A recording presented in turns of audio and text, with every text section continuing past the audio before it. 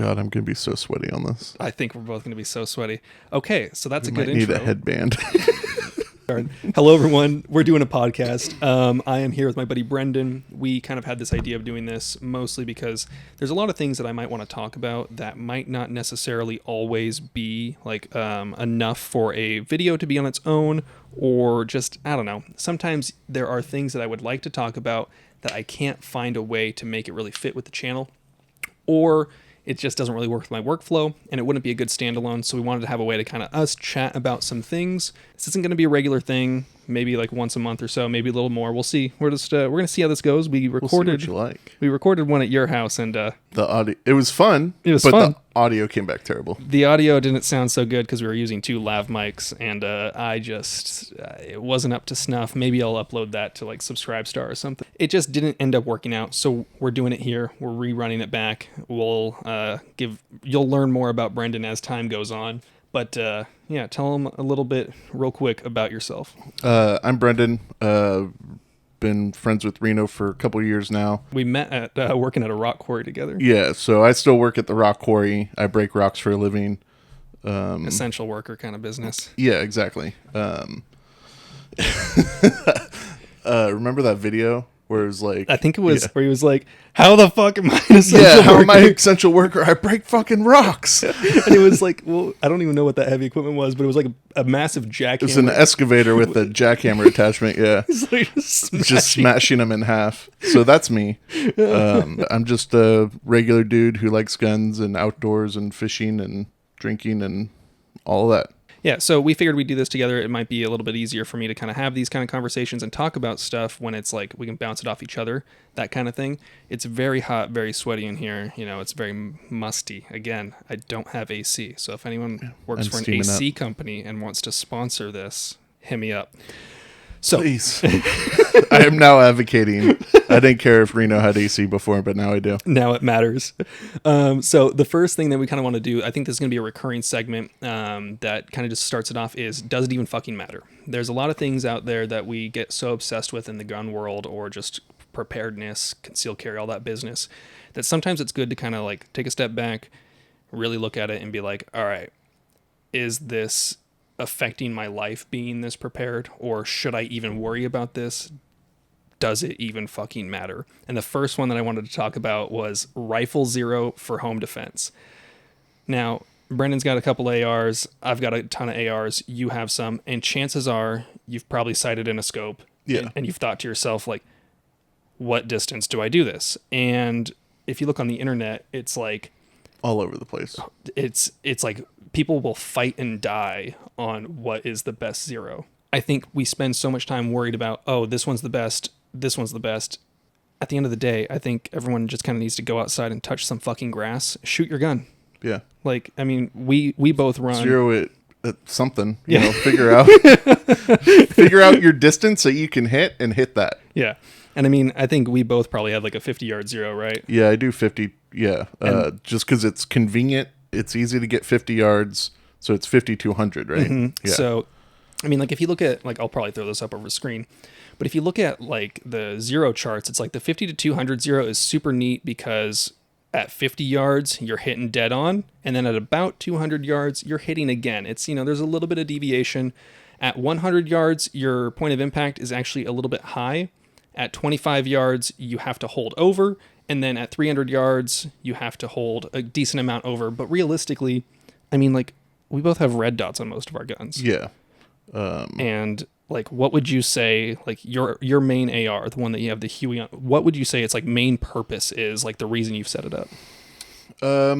It's kind of home defense, but we've done a couple matches that we've shot in that I have it for that, too, because it's my main AR. It's my Gucci build. Yeah. So that's the one I use for matches. That's one I use for home defense. It's just my all-around gun, but we were just shooting in a 200-yard match, you know, so the 50-200 was really handy. Mm-hmm. And then when we had to make the shots at 100, it's like, all right, like, yeah, it's so fucking flat. It really doesn't matter too much. Yeah. And I mean, like, for me, and I think a lot of people, like, they own guns, AR specifically, because it's like, I want this to be my home defense gun. I want to be set up so that I can, like, protect myself. No matter what range you choose to zero it at, inside the home distances, or like typical self-defense distances, even outside the home, is going to be within 25 yards, meaning that you're going to have a holdover, and you're likely not going to be shooting someone past 300. And if you look at the 100-yard zero, the 25 meter / 300 meter zero, or even the fancy cool guy 36-yard zero, they all kind of within 300 meters. You within like a couple inches of each other. You aim at the center of their torso, and you're hitting them in somewhere in their main body cavity. Yeah. And that's the point. You know, you're shooting center mass. If shit hits a fan, you're going center mass. And even then, it's like, are you large even target area capable of performing and shooting that accurately for it to even like matter? Of like the nuance of like, oh, well, actually, if you use a 36-yard zero, like a cool guy, you can shoot like this at these distances. Yeah. But if you have this zero, you can shoot at those. Just, I mean, here's the. I'm going to boil it down. Do you have military experience where they forced you to zero your guns at 25 and 300? Cool, use that. Yeah. Do you have access to standard ranges where you have either a 50-yard or a 100-yard zero? Use one of those. Do you plan on mostly just shooting at 100 yards at your local range? Use the 100-yard zero. Do you want to make everyone feel like an idiot and act superior on the internet? The 36-yard zero is for you then. The 36-yard zero is what you should go with. So, yeah, at the end of the day, go outside, shoot your gun, learn it. Every single one of these has a holdover and hold unders for the most part. There's some sort of way that you're going to have to know at various distances. Here's how I do it. We're in a time of the universe where everyone thinks their opinions matter and is superior. Not only matter, but it's better than what your opinion is. So, and at the end of the day, does it even fucking matter? There's certain guns that I think a lot of us kind of have in our head of, oh, I want to do this or that. Maybe you already have done it. Brendan, I'll let you take it away. The gun that you're fixated and focused on. Yeah, I have multiple all the time that I'm always just like, oh, like, you know, I'll bounce ideas off Reno. Like, oh, my next build, I'm going to do Sons of Liberty, and I'm going to get a Roscoe barrel. And then you watch one Gun Thoughts video, and they're like, this fucking sucks. Yeah. Isn't that the one that's gassed properly? No, the Sons of Liberty Gunworks is like so fucking their first video was the one with the Roscoe. And I mean, they all shoot. They work just fine. Someone's going to be like, toughen up. Yes. Brendan breaks rocks for a living with his bare hands. They don't actually let him use the heavy equipment. He just crushes them. So he's the toughest man out there. Yeah. But anyway, so the one gun that I always come back to is the Honey Badger. I just think it's a badass rifle. I love the 300 Blackout platform. It's got a little more oomph than 5.56. I love the fact that you can get subsonics living in California. You know, suppressors aren't really a thing. One day I'd like to have acquired a suppressor, but I don't know if that's ever going to happen. He's kind of always, I mean, you go back to COD Ghosts. I mean, that was the video where it truly, or the video game where it became like super prevalent. And look, sometimes it doesn't matter. Look, the amount of people that probably own a Beretta or an AUG or an MP5 because of Die Hard, it's okay if we want to own a Honey Badger because of Call of Duty Ghosts. And I get it. People out there are going to get real upset and say, oh, well, actually, Q's suppressor technology isn't as quiet as some of the other ones. And that's great. I love data like that. Shut the fuck up. My first gun was almost, well, not my first handgun was almost the Beretta because like you played with the Deagle a lot in World War II. In Modern Warfare 2. Modern Warfare 2. I played with the Beretta. That was the M9 was my sidearm. Your pocket gun in that. But yeah, so I mean, like in California specifically, like if we even wanted to do the Honey Badger, it would be almost impossible to get a true Q Honey Badger because of this handgun roster. They would have to make it a single shot break top with a barrel over 10 inches or a barrel over 6 inches and overall length over 10 inches. Or find one for private party transfer. Which, yeah. And then it would have to be going to pay 10 grand for. Exactly. Because like how many people are walking around with Honey Badgers in California that are legally here and then want to sell it? And want to sell it. Yeah, like nobody buys one of those and then it's like, I don't want this unless they're anymore. here and they're like, I could sell this gun and buy a house. This is a down payment on a home. Not in today's housing market in California, but I get your point, But then, I mean, luckily there's companies like Franklin Armory that has like the CA7, and you can get a, CA7, or you can go through a company like Second Amendment Zone down in Rancho, or I think Rifle Supply is starting to do it with AR pistols. And there are ways for us to get AR pistols, and then what we do with them after, it's kind of our own business. Yeah.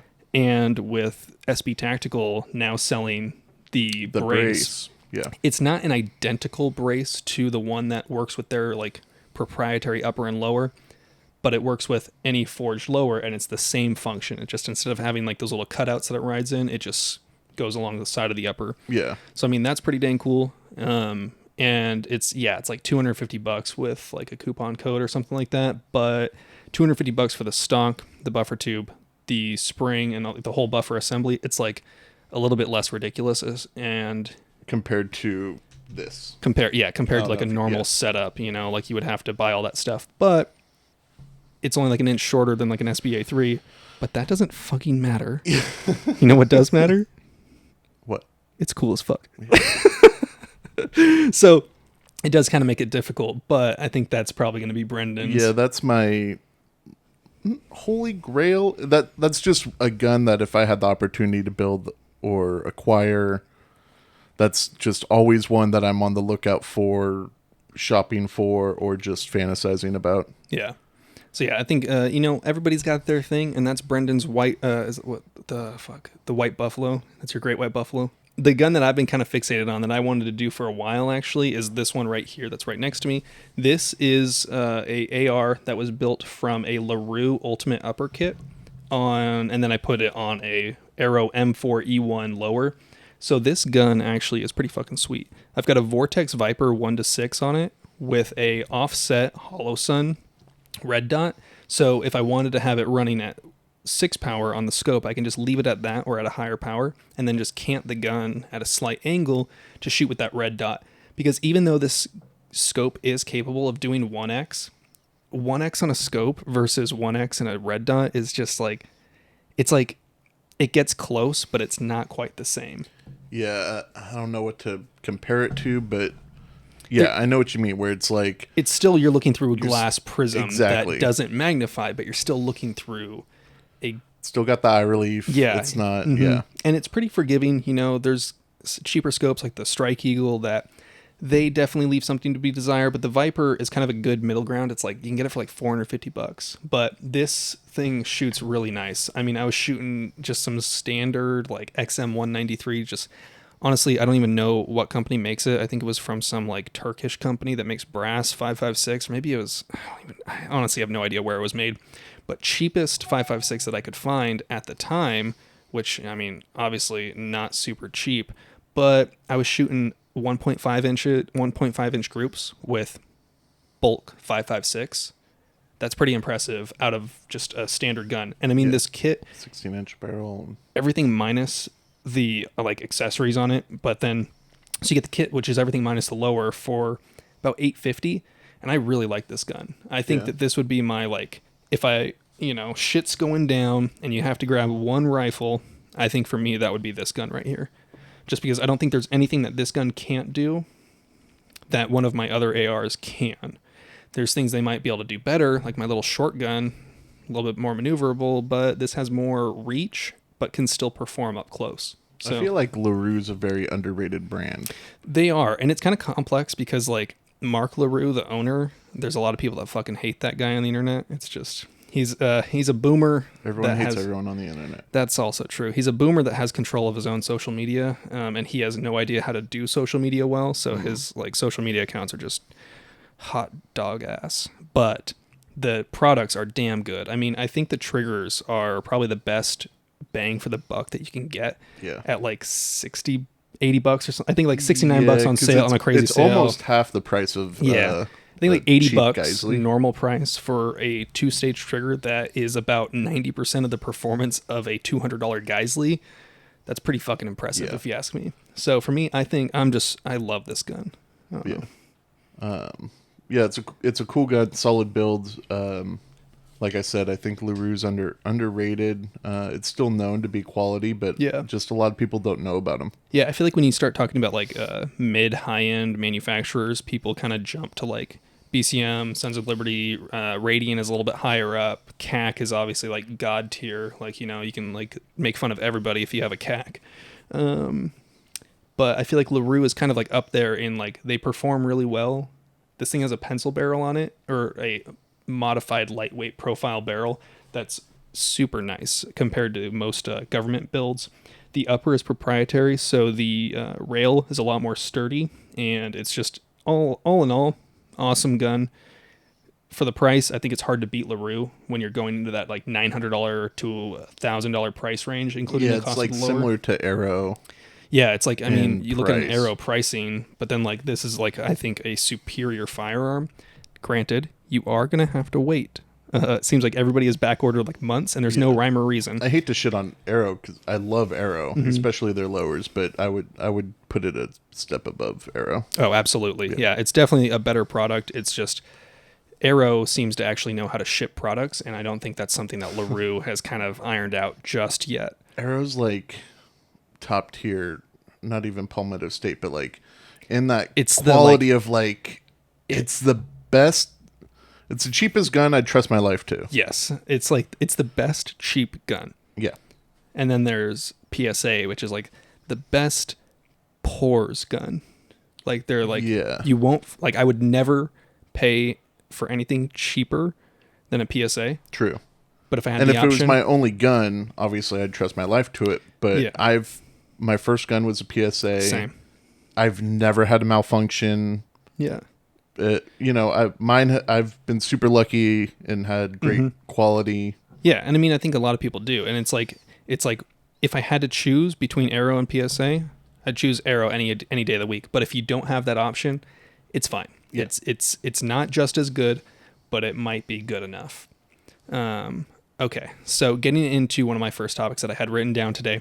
This is from a Yahoo News article. Biden's gun control backing ATF pick wins support from Pennsylvania Democrat eyeing Senate run. And now people were really upset because this guy, Democratic Rep Connor Lamb, was touted as being pro-gun by a lot of the Democratic gun owners out there. And it's, you know, if you're a Democrat, if you're liberal, if you're a leftist, whatever it is that you want to call yourself, that's fine. I don't care that you think that your candidate might be pro-gun, because this dude is literally not. And they lie and they try to tell these stories as if like, oh, hey, look, we got this guy. He's pro-gun. He's like totally, you know, not going to stab us in the back. And then what does he do? He stabs us in the back. He's still going to do exactly what his party tells him to do. Exactly. So I want to read a little bit of this article. Lamb, whose win was in March 2018 special election in his Western Pennsylvania district, foreshadowed the Democratic takeover of the House that year. Announced his support for David Chipman to head the Bureau of Alcohol, Tobacco, and Firearms and Explosives. David Chipman is, and then this is in quotes, David Chipman is a 25-year ATF veteran who knows how to take on the epidemic of gun violence in America. The NRA can talk all the nonsense they want, Lamb tweeted Wednesday, but the U.S. will be safer and Second Amendment rights more secure when he is confirmed as ATF director. #confirmed Chipman. What the hell does he think the Second Amendment is about? Yeah, why is it going to be more secure? Like, secure in the sense that it's like limited and it can't go anywhere and it can't do anything. I don't even know how to explain it. Like, it's like if you had a kid and like you got like a 14-year-old daughter or a 14-year-old son, and like you restrict what they can and can't do, and you're like, they're more secure now, but they're not free. They're safer. Yeah, it's like they might have, you know, a little bit more restrictions, but they're not free. And for him to say the Second Amendment will be, it's just ridiculous. Everybody thought this guy was pro-gun because in 2018, he had a campaign ad that showed Lamb wielding a semi-automatic long rifle with a voiceover saying he still likes to shoot. Right? That's the classic, as a gun owner or as a veteran, I believe in the Second Amendment, or the Second Amendment doesn't protect your right to, you know, all these people that believe that these pro-gun Democratic congressional people are actually pro-gun is just, it astounds me that they actually believe that. Anyways, yeah, on to your point. I think you saw a Reddit post that said disowned for liking guns. Yeah, let me pull that up. Disowned by my family for being a gun enthusiast. My own family criticizes me for being a gun enthusiast. They ask, why do you like guns? Simple answer is because they're fun to shoot and it's my God-given right. But apparently isn't good enough. Everyone wants some kind of elaborate answer to the question, but it's simple answer to a dumbass question. It was to the point. It's a simple answer to a dumbass question. I just love that. He's like, fuck it. Yeah. It was to the point where I was threatened and told I shouldn't like guns. Where did America go wrong? Yeah, I think this is an interesting topic because a lot of people, I think, are probably experiencing something similar with this last year being the most wide increase of variety and type of new gun owners. I think there's probably a lot of people out there that have probably experienced guns in the home for the first time with their family probably not always being the most supportive of that. Yeah. And I'm sure there's a lot of round tables that are just like, oh, I've never been for it before, but I just want them now. The world is scary. Yeah, I met a guy at while I was picking up my shotgun the other day who bought his first gun last year. Well, first of all, he recognized me at Sportsman's, which was like kind of funny because I'm just like walking around trying to wait 4 fucking hours to pick up my gun. Because but that's not the first time you've been recognized at that Sportsman's. Yeah, but so I'm standing there. He's like, "Hey, are you Reno May?" He's like, "Yeah." We got to talking, and he's like, "Yeah, I bought my first gun last year." And he's like, "Well, he started the conversation with, yeah, I bought this gun, had to wait 30 days because I bought that," and he listed off like 6 handguns that he bought, and he's like, "Yeah, now I'm buying this SKS, had to wait 30 days because of a new law that went into effect." I bought them all last year, and I was like, "Holy shit, that's a lot of fucking guns to buy in 1 year." I've heard some crazy conversations at Sportsman's last year, mostly of just people like getting guns, going through the process and just like, well, I don't know, like I just want it now. I think a lot of people like you look at it and like if you've never had family that supported gun ownership, if you've never been taught about it, where do you even learn? And I think that's kind of why this channel blew up, was because so many people had nowhere to go. So I think this is something that I think a lot of people have probably experienced in the last year, because with there being so many new gun owners then you look at both sides of it. How many families were anti-gun but never had a reason to really bring it up because nobody in the house owned a gun? And then how many people bought a gun for the first time that are now experiencing that backlash of their family saying, we don't like guns, no guns in the house, like, questioning you super hard. And this kind of brings up a point that I brought up in a video previously where I talked about like a lot of people lack the skill and the tact to have those kind of conversations. I mean, like, it's really fun to scream shall not be infringed. It feels good. Like, I like it. You have to, because everyone's going to come at you with, again, it goes back to everyone's opinion is the most important. And this is why. So to prove, it shouldn't be that you have to prove why you're exercising your rights. It should be, why aren't you? But I think this is how it's being met is we don't like guns. Why do you have guns? What, I think the best way that I've kind of had having those conversations is, one, like, don't go into it trying to like win a battle, because like that's just very confrontational. I usually try to like open up to people and just kind of be like honest with them. Like, hey, look, like I own guns because I've been in experiences in my life where people tried to do ill to me and there would have been nobody to protect me. Like, I want to have the ability to protect myself, and I want to have the ability to protect those that I care about. And then going further, I talk about, you can kind of discuss some of the laws and say, hey, look, like I understand that you want to ban all guns because you think that it's going to make everybody safer. You think that it's going to mean that now there won't be any mass shootings. And obviously, neither of us want mass shootings. We all kind of want that shit to stop. Yeah. Drugs are illegal. Yeah. Stealing is legal. All these things are illegal. It still happens. Taking away the law-abiding citizens' guns isn't going to affect guns on the street and gun violence. And I mean, you can even like then when you start talking about that, it's a good point to bring up, like, hey, the 1994 to 2004 assault weapon ban it was proven by the DOJ to have no noticeable effect on crime, because crime has been steadily going down for the last 60 years. So I think you can mix in some statistical information into how you talk about it and opening up, because then you can say things like, hey, here's why I want to own certain types of firearms for ways to protect myself. And then here's why the banning of them won't work. Here's what we can maybe do. Like you start focusing on having programs to get kids off of the streets so they're not involved in gangs, giving them skills so that then they can go be successful. I think a lot of people get real upset like when you start talking about handouts, but it's like, I'm not even talking about handouts. I'm talking about like giving kids summer jobs. Like, like if there are programs to get people off the streets and get them working, and so then they're making their own money and then not sucking off the welfare teat, that might be a great thing. And I would be... What? It grows the economy. Benefits everybody. Hurts nobody. chocolate chip. I don't know. Double chocolate chip. Ooh. So it's a conversation, can be difficult, but I think it's easy. Just talk about how you enjoy shooting them. Yeah. It doesn't even have to lead to gun violence, or just say, oh, I enjoy sports shooting. I enjoy the community that also enjoys sports shooting. I've made several friends going to these matches or the range or whatever. You know, it doesn't, and you kind of like doesn't even need to be about violence. It could just be like, oh, I like the sport of it. And it's like, you know, there's all kinds of other aspects to like the Second Amendment and like owning guns, but it's like not everybody is ready for that conversation. And first of all, you shouldn't be doing these kinds of conversations online. It just never it very rarely ever works. Yeah. So in person, have real conversations, real human interactions with your friends and family, and kind of open up and be a real person that isn't just going to like screech, you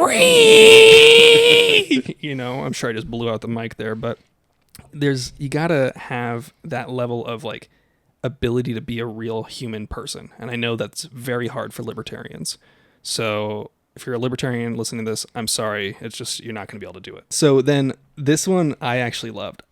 The reason that I'm talking about this today also ties into how I found out that I was actually blocked on Twitter by Shannon Watts. Now, keep in mind, I've never actually tweeted directly or like followed or anything to do to this woman, but this is I actually love this. So the title of this is Shannon Watts upset that non-white men are starting to exercise their Second Amendment rights. And I believe this tweet is actually still up. So this is Shannon Watts, you know, Moms Demand Action, Moms Demand Anal, that lady. So here's the quote. An irresponsible advertisement from @Washington Post for firearms and essentially a call to action for non-white men to buy guns. There's not a single statistic in here about an increase in risk of gun ownership on homicide, suicide, domestic violence, or unintentional shootings. And essentially a call to action for non-white men to buy guns. And she's got a problem with that. Look, we can get so wrapped up in like, the racist roots in gun control. We don't really got to get into that because it doesn't matter what the roots are. What matters is that she sees Asians and black people buying guns and is upset with that. Yeah. That's absolutely unacceptable for her. Why, even just gender, like why white men? Like, why does she have a problem with females arming themselves? Yeah, and it's like, I guess you can kind of keep in mind the article was why anti-gun Americans joined the wave of new gun owners, and it talked about how the people that have been buying guns in an increasingly amount. So, you know, still the majority of gun owners, I think, are probably white dudes. I think that's probably we're probably the biggest demographic of guns, but the increase per cohort of group, I guess, of people, like if you look at black people, white people, Asians, Mexicans, whatever it is, if you look at that and then specific age groups and then gender groups within them, it's non-white dudes that are growing the most. Yeah. So they might not be as many, but they're seeing the largest increase, and that's what they're so upset about. And it just like, you just love to see it. They're saying the quiet part out loud when they're saying that, oh, it's so bad that non-white men are trying to own guns. There was one comment in this Reddit thread that I really think broke it down as far as Michael Bloomberg. So here's a quote. Because the guy signing her checks, Michael Bloomberg, white man, once said that once workplace computers give oral sex, and then this is in quotes, I guess that puts a lot of you girls out of business, on top of all sorts of other sexual harassment allegations made against the dude for decades. So then in another article, it said, he has a very quirky sense of humor and he's very flirtatious. And it doesn't matter if you're old, young, chubby, skinny. If you're female, he can get your attention. Great guy. Yeah. No wonder he's the one running Moms Demand Action. Yeah, they're demanding action and he's giving it to him. He championed stop and frisk, which is probably the single most racist and unconstitutional policy of the last 50 years. Yeah, the fact that the dude that not only is a sexist, racist piece of shit, also is the one that pioneered people just stopping everybody on the street and checking them out for papers. Yeah, great guy. Glad that we have him, the billionaire, funding the grassroots organization Moms Demand Anal. But yeah, if you guys want to know more about Shannon Watts, just look up www.shannonrwatts.com. So this is something that Brendan and I are actually super excited about, and I know that a lot of you are as well. There's not going to really be particularly be any new news that we're presenting to you, but we wanted to talk about the Bushmaster ACR today, because Brendan and I actually had a chance to speak and talk to one of the guys from them. They didn't really say anything that I wanted to hear, but we got a good idea. Besides that it's made with American parts, or made with American labor, using American parts in America. Yeah, so Bushmaster is they're on the comeback. Franklin Armory recently bought them out. It's going to be two separate companies from what we understand, but we're super excited to hear that the ACR is soon to be perfected. Yeah. Per an Instagram post by Bushmaster. They just released a Instagram post the other day, and it got me excited because that was another Modern Warfare 2 Holy Grail weapon. If I get a Deagle and a fucking ACR, my life is set. So I feel like especially COD, but Modern Warfare 2, our generation, that game exposed so many of us to weapons.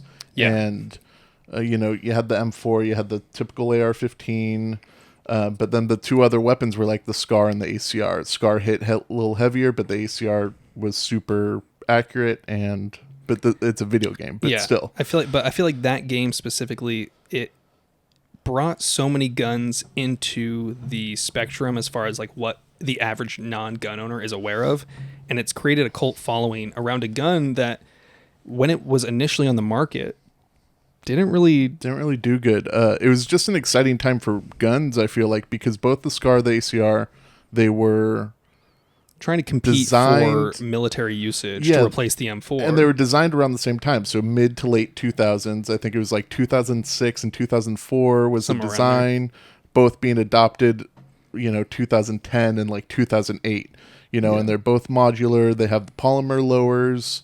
And the SCAR definitely has seen way more success in the commercial market. I mean, first of all, it hasn't stopped being produced. Yeah. And I think that's mostly because of the caliber. So having the 308, having the heavier option that wasn't already in use in the military, or it was a better platform than what they had. Yeah. Where the tried and true to get a general off an M4, it's got to be a really, really good. Yeah, and I feel like a lot of what happened with the ACR that made it fail was just when it initially hit the market, it just didn't perform as well as people really wanted it to. It wasn't that it was a super unreliable gun from what I've heard, but it didn't quite perform the way a gun that was initially supposed to be like a $1,500 gun and then hit the market in the $2,500 range. Yeah, exactly. It just didn't perform like a $2,500 gun.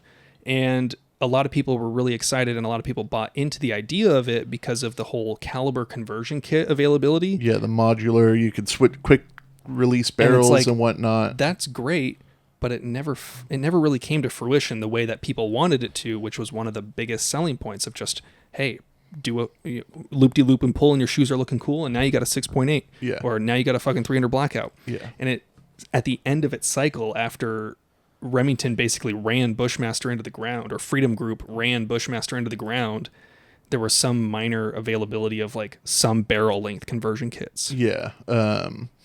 So I think the biggest thing that I'm excited about with Bushmaster is just having that chance to talk to those guys.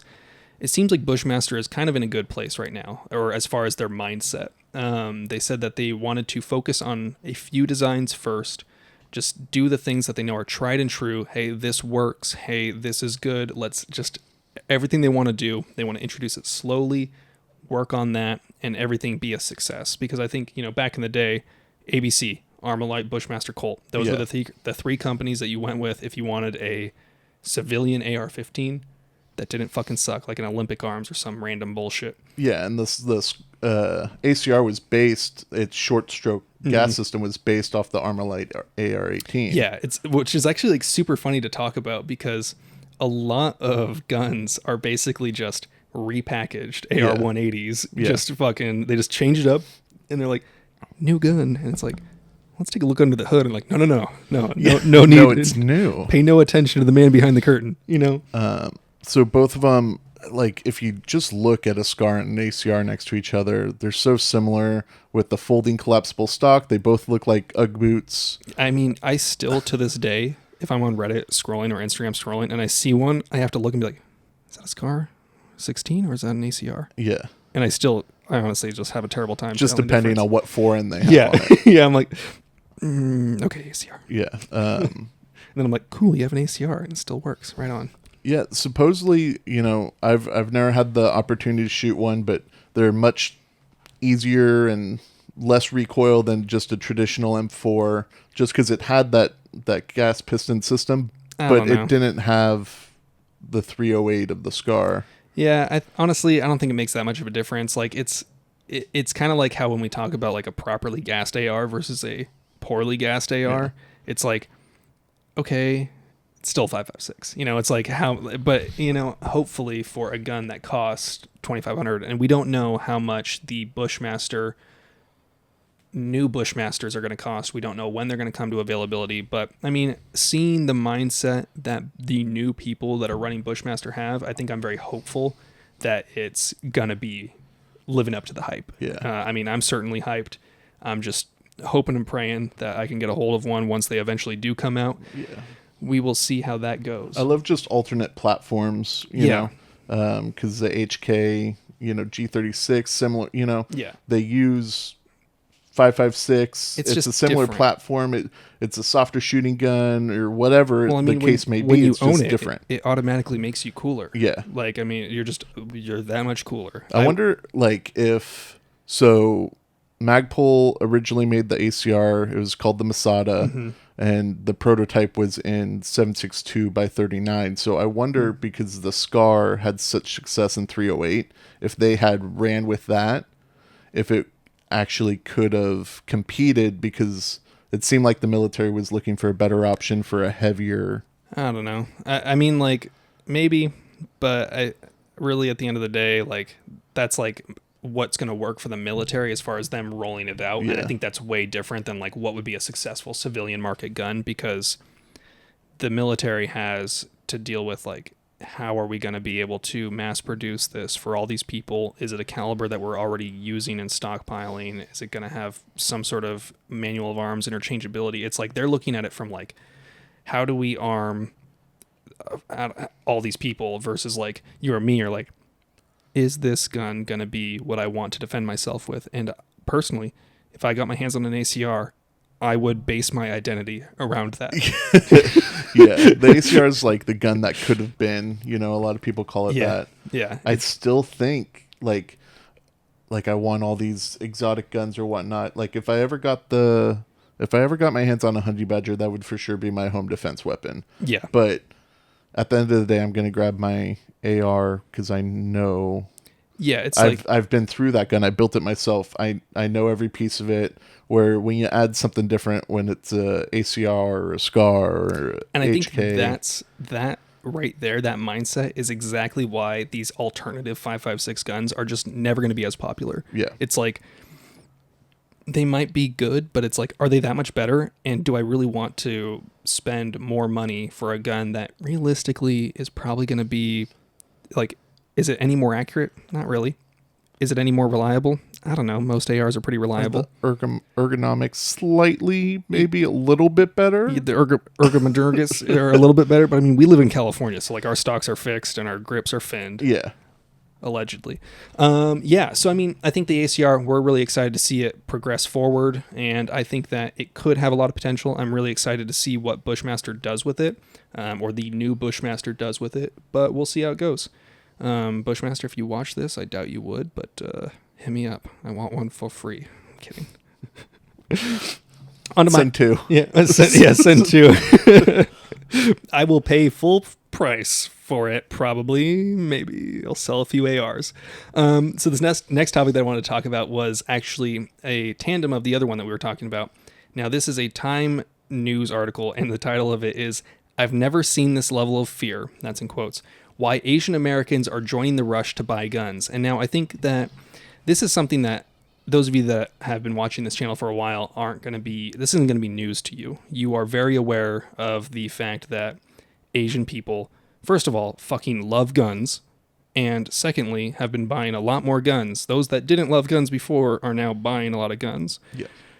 Personally, every time that I go to Richmond Rod and Gun Club, it's basically like 80% Asian dudes, and then I'm like the one of 5 white guys there. Yeah, and it's like same experience. Yeah, it's like people think that it's all white guys. Well, it depends on where you're at. And where I go, I was very pleased to see that Asians fucking love guns.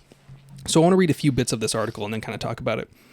6 months ago, Svetlana Kim, I'm just going to call her Kim, was so scared of guns, she couldn't even look at an image of one without feeling anxious. Now, these first few paragraphs are probably going to make you just be like, Jesus it's a little Christ, cringy. It's a little cringe.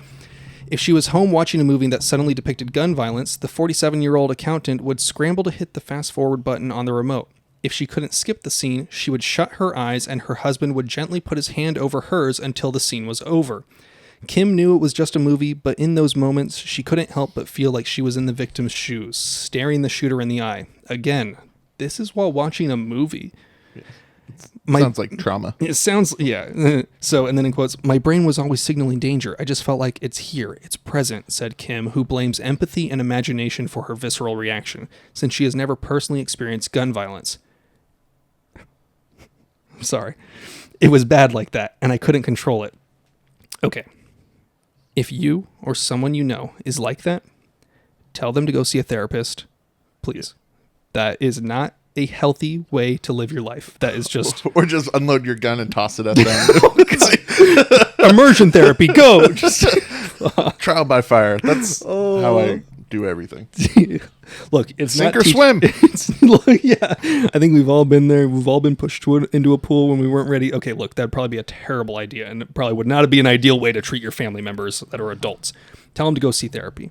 But I think it's just kind of, it goes to show that there are a lot of people like that, and they truly see guns as like basically like seeing the devil in person. They're like, these are evil objects and I should be afraid of them.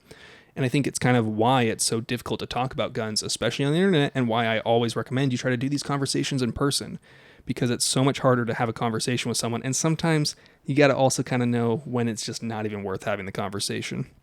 So this next paragraph, that all changed when something scarier came along. Months into the pandemic, people who looked like Kim were being shoved and kicked to the ground, punched, stabbed, slashed, while doing everyday activities while walking around the neighborhood, shopping and riding buses and trains. One after another, unprovoked racist attacks against Asian Americans being unfairly blamed for the COVID-19 virus started to increase in major U.S. cities. Kim wondered if she would be the next victim. I actually specifically remember when my buddy Tam, who we met at Route 66 and who has been a longtime sub and, I mean, one of my homies,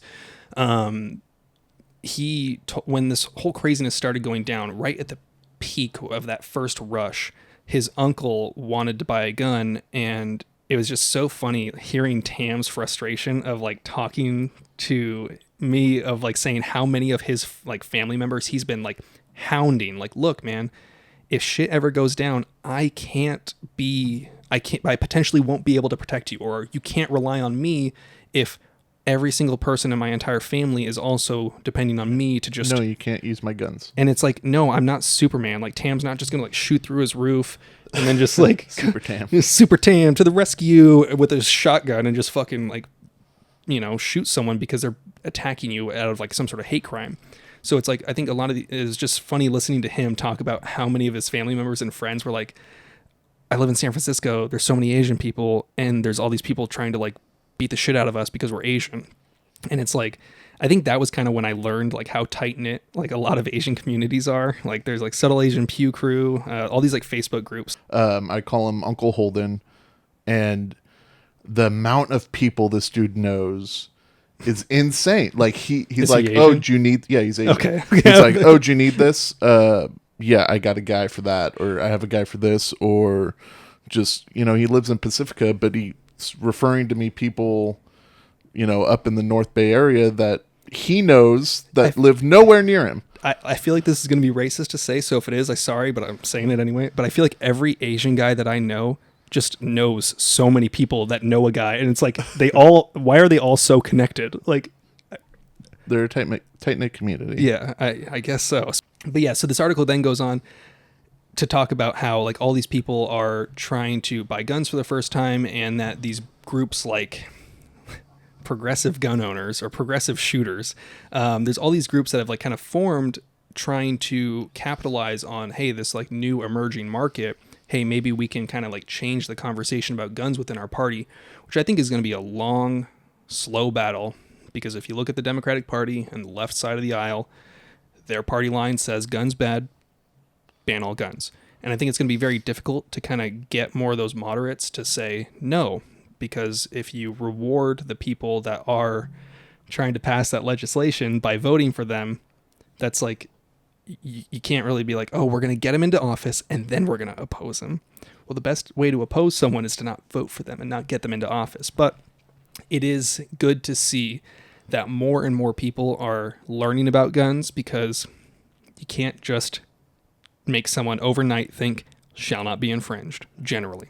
I was actually impressed with this article being a Times article. Yeah. I did not expect it to be positive in any way. Yeah. And it's not like it was like Second Amendment all the way or, anything like that. They just put a different light on guns and gun ownership. And it's good to see these larger groups kind of like growing. And I hope that can influence change within the left-leaning political party, so that hopefully we can have conversations about things like not guns. I don't know, something else, literally anything else that might actually solve the problem that everybody claims to care so much about.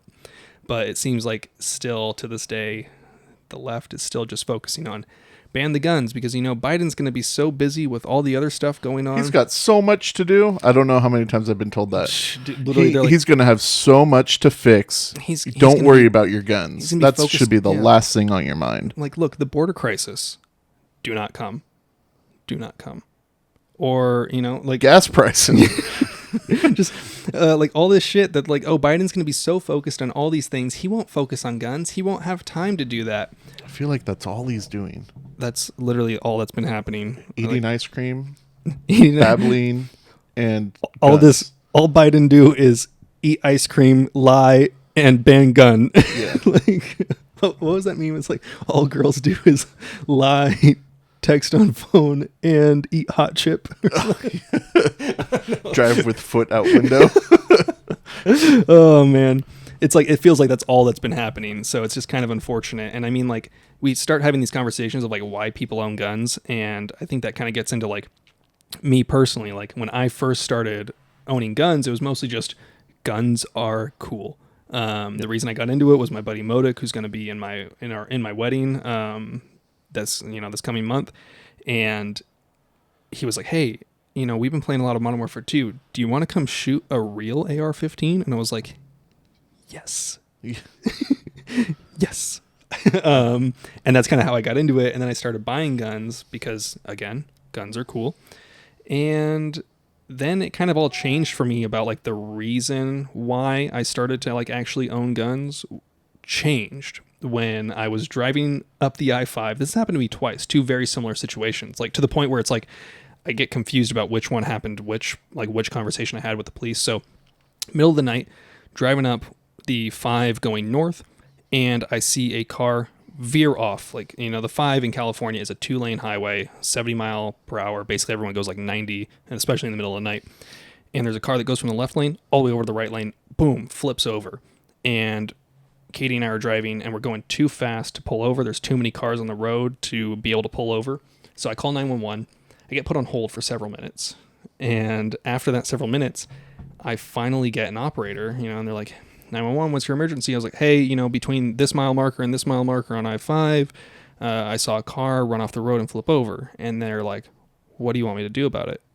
And like just the woman's tone and hearing those words Yeah, and it changed everything about how I like run my business, like how I do everything in my life when it comes to guns changed right then, because I was like, oh, so you don't give a fuck after I was on hold. Good thing I wasn't in danger. Like, what do you think I want you to do? I want you to go send a goddamn ambulance and a cop to this exact location that I gave you and make sure this dude isn't dead. Yeah. Like, so it's like, that's when I kind of realized, like, my own safety is my own personal responsibility. Nobody can be counted on to protect you other than you. Yeah. My first experience with guns was kind of more gradual.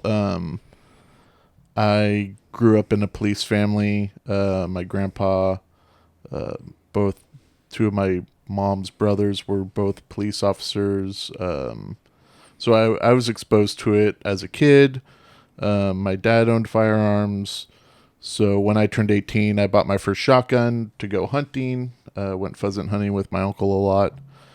And from there was just, into the culture, and, we go camping a lot, go shooting. It was just part of my family and what we do. So it was never anything different to me.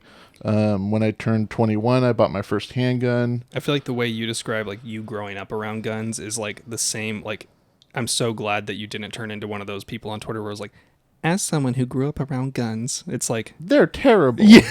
Like, I'm like so glad you went the other fucking direction. Well, if you're exposed, like, to me, if you're exposed to them, it takes the fear away. Yeah. Where I feel like maybe these people were exposed to them and weren't taught about them. Yeah.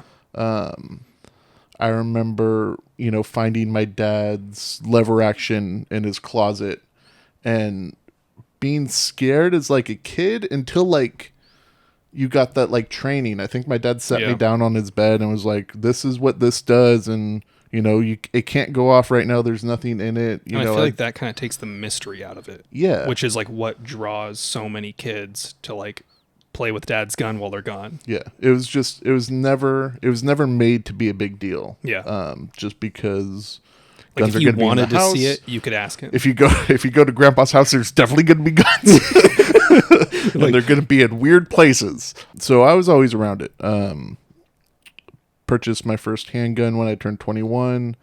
Just went with Glock. I almost got the Beretta because of World War II or Modern Warfare 2. Mm-hmm. I feel like the Beretta is like so many people own it just because it's iconic. Yeah, but I went with the Glock just because the gun store burnt down. Schmidt and Tony. Yeah. That's actually a crazy story that I kind of want to talk about actually. But he was like, I own a gun store. I have every gun you could imagine. The gun that is loaded in my nightstand is a Glock. And I was like, sold. That is the one I want. I was 21 and just kind of like, 9mm kind of a bitch ammunition. So I'm going to go 40. So I got a Glock 22, 40 caliber, full size. He's got that Glock 40. Yeah. So, from there, a couple years later, my buddy was selling an AR-15 and I had always wanted one, but didn't know anything about it. And he's like, I built it, and he became a sheriff. So he's like, work just gave me one. So yeah, like his work gives him one, and his work gives him one. It's a fucking little shorty, like yeah. I don't think it was a very cool one, but like he moved his optic over, and he sold me his Palmetto State that he had built. Yeah. And I shot that a couple times, and really, I didn't get super into guns. Like I had that, and what else had I bought? I hadn't really bought another gun. And then I started working with Reno at the Rock Quarry, Reno, and there's another guy there who had worked at the gun store with Reno. Our buddy Jared. So between the two of them and talking to him about it a lot, day in, day out, pretty much. Yeah, literally. Talking about guns. Me and him standing in the control room for 8 hours, 16-hour days, just like, guns. This is a thing we have in common. Guns. Yeah. Going out to shoot with them a couple times. Mm-hmm. I had gone out. He basically was like, I want a cooler AR-15. Yeah, pretty much. I was like, oh, you're pussy clamshell A2 handguard M4 carbine barrel with a mil-spec trigger and iron sights. Exactly. Mine was built for me, and I just wanted to build my own, so eventually got there. I had gone out a couple times with my brother-in-law, who is also in police enforcement, and shot his, and I was just really into it. I just thought it was cool. I enjoyed target shooting. I enjoyed the people that I met at the range and just the community around it. Yeah. How glad are you that gun store employee didn't say that like he carries a fucking Taurus and is like that's like a shitty Taurus revolver in his nightstand, and you're like sold. Yeah, okay, no, because I wouldn't have done a revolver. I was anti-FUD enough that I was like, no. Semi-auto is the way to go. There used to be a really cool gun store. It was like a gun store range down in San Rafael. They could rent the guns. Bullseye, yep. Yeah. So when I wanted to get my first gun, and my dad was like, "Oh, like if you're into it, like I'm going to get guns too." He ended up getting the same gun as me, but we went down there and shot a bunch of different guns, and it was just a cool way to try out guns, try out handguns to see which one you liked, so you knew which one to buy, so you didn't blow $600 on it's kind of like a process gun that doesn't fit your hand. Yeah, it's kind of like cool, like hearing like how different people like get into it and whatnot, and it's just the gun world is so wide and vast, and it's like now we're getting to the point where it's like some people, like I literally have seen a few people on Reddit say like their first gun that they ever owned was like a fucking ghost gun that they 3D printed, and I'm like, okay, hey, like if you have the ability to legally buy a normal firearm, I would recommend you do that. Yeah. Like get a couple ones that you don't have to hide. Yeah, like get a few, like, or even like if you live in a state where you do private transfers, buy a few from a Walmart parking lot if you got to. But like have a few commercially built guns maybe. Yeah. But I kind of want to talk, we talked about this in the first time we recorded, but I want to talk about 3D printed guns, those guns again. So the 3D printing gun world is kind of like always evolving. The first time that I kind of heard about it, and that probably most of you heard about it, was like the Cody Wilson's The Liberator, I think it was, that like single shot 22. It kind of looked like a glue gun, which is funny because 3D printers are basically just hot glue gun machines with, like little motors on them. But the 3D printed world is kind of rapidly evolving. Like we're seeing new designs and new firearms hit probably every other month. We're seeing something pretty cool drop between the deterrence dispensed people and the AWCY, the Are We Cool Yet people. It seems like somebody new is designing something. And I think the coolest firearm from the 3D printed stuff that I've seen recently was this. Remember the 308 battle rifle that was a combination of work between Ivan and Ivan, I don't know what he fully goes by, but Ivan No Handy. You can find him on Twitter. I don't know if I can link that there.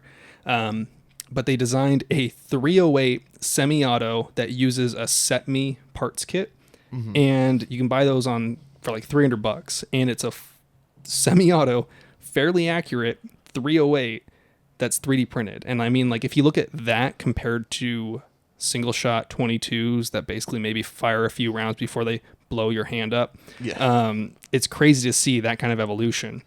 And I love that they printed it in like the brightest tricolor. That had to be Matt. Matt just, I feel like he does that shit.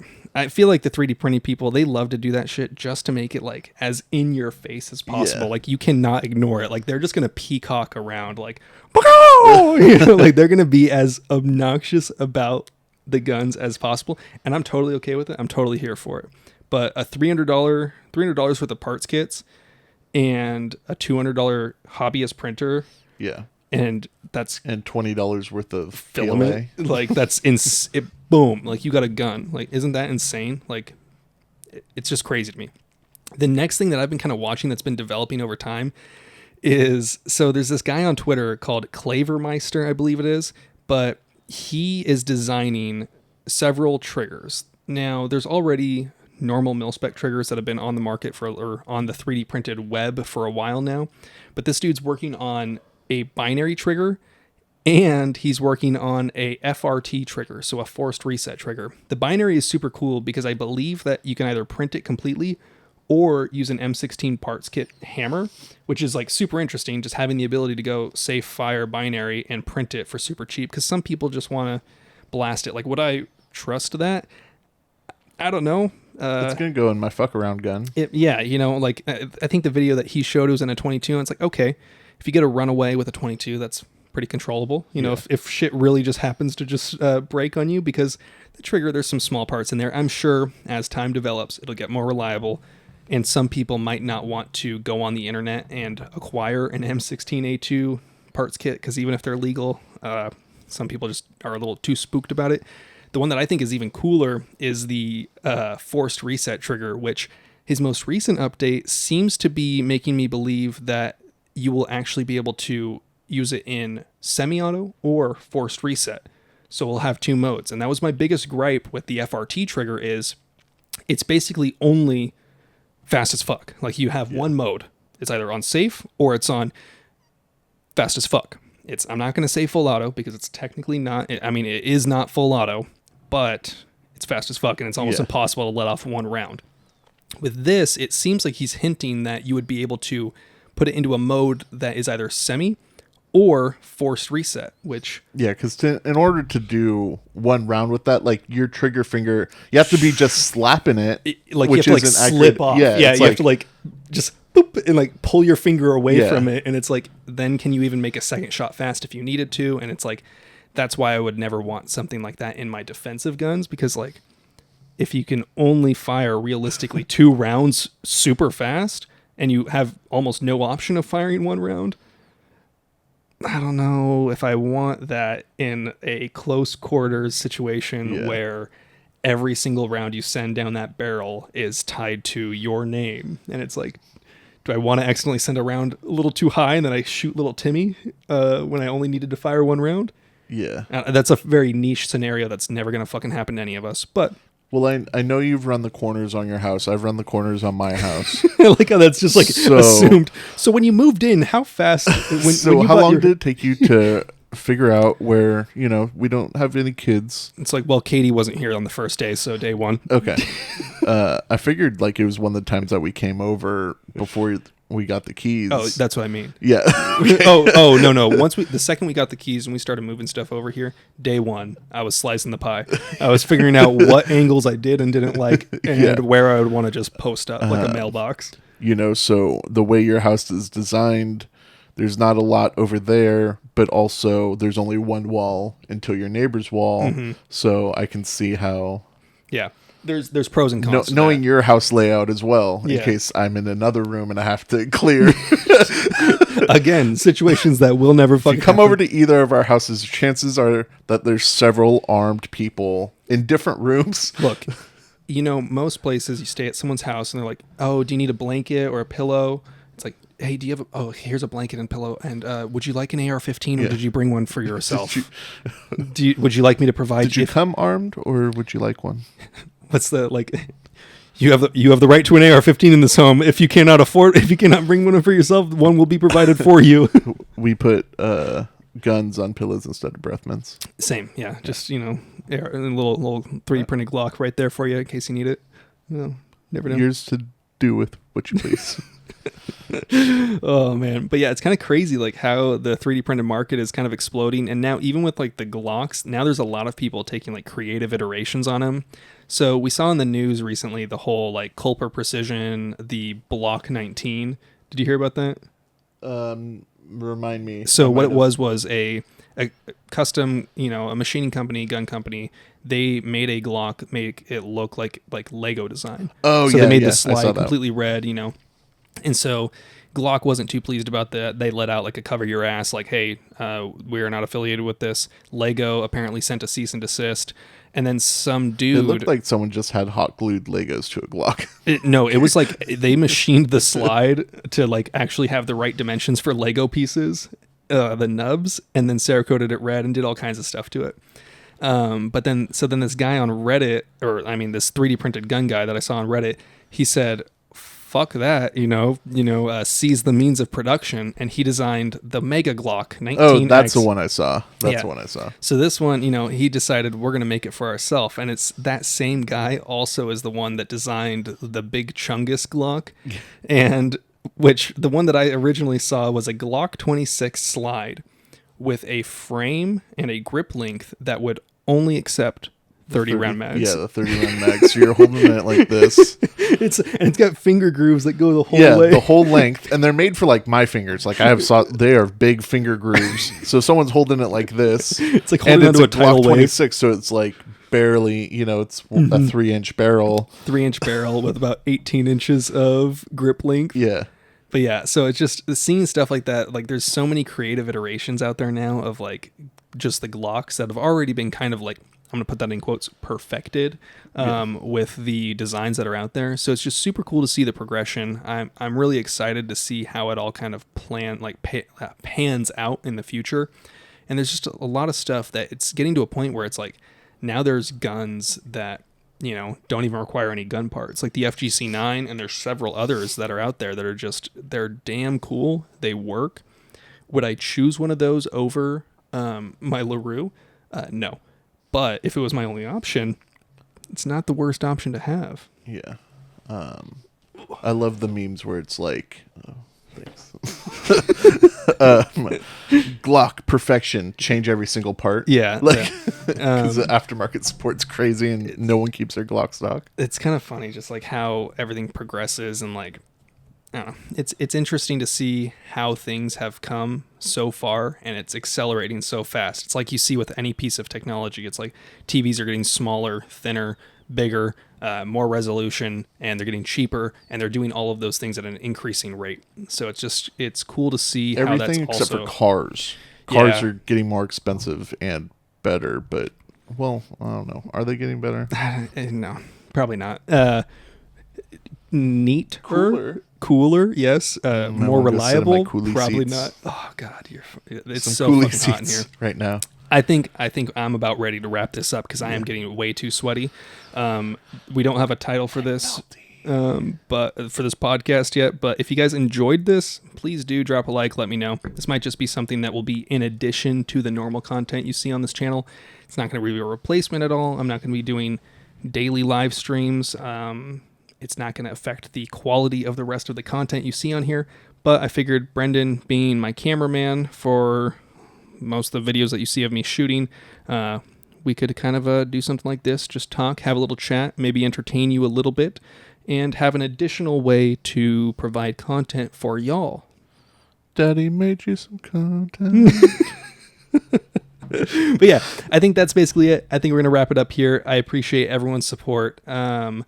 I don't know if we're going to keep with just my typical sign off of have fun, be safe, stay dangerous. So I'm going to hold on that right now. I think we're just going to go and try to be less sweaty.